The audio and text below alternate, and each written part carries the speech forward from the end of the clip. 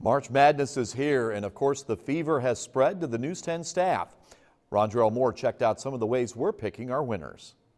It's the beginning of the big dance, and several of you are filling out your brackets. I filled out mine, but I'm not quite sure I made all the right choices, so I wanted to talk to some of the people around the station and see how they picked their winning teams. My favorite how to pick is this. There we go. UNC. Ooh, it's Storm Team 10 meteorologist Lindsay Monroe. How do you pick your teams? I'm picking a lot of upsets because I like going against the odds. All right, Curtis?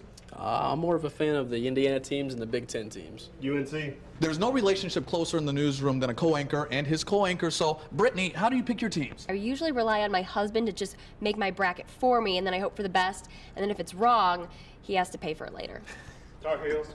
Okay, she makes all the decisions for the story, so what about making decisions for which team is going to win, Mandy Scott? I do like watching basketball at home, but it's a guessing game. There's no rhyme or reason. Who's going to win? North Carolina. You know him as Ed Zeppelin, one of the most trusted voices in the Wabash Valley, so let's ask him, how do you make your choices, Ed? Now, my daughter has St. John's winning the whole tournament, but see, her teacher's name at Rio Grande is Mrs. St. John, so that's the logic she put into it. So it's whatever works for you. So, Jenny, give me the secret. How do you make your choices?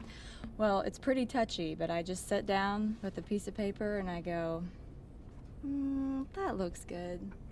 That looks good. And then I call it a day. Scientific. Very. Nick Telezin's one of the bigwigs here at the station. Let's check and see how he makes his predictions. Tails, Hampton against Kentucky. Got to go with them. That's how I pick my teams, heads or tails. Hampton all the way.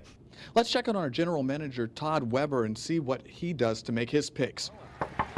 Todd? Todd? Maybe he's in a big meeting. She's our fearless leader, so we absolutely have to ask Susan Dinkle how she makes her predictions. So, Susie, how about it? It's all about the color. If I don't like their school colors, they're out. So if you decide to flip a coin or you have some sort of scientific method, there can only be one winner, but either way, we hope you enjoy the madness.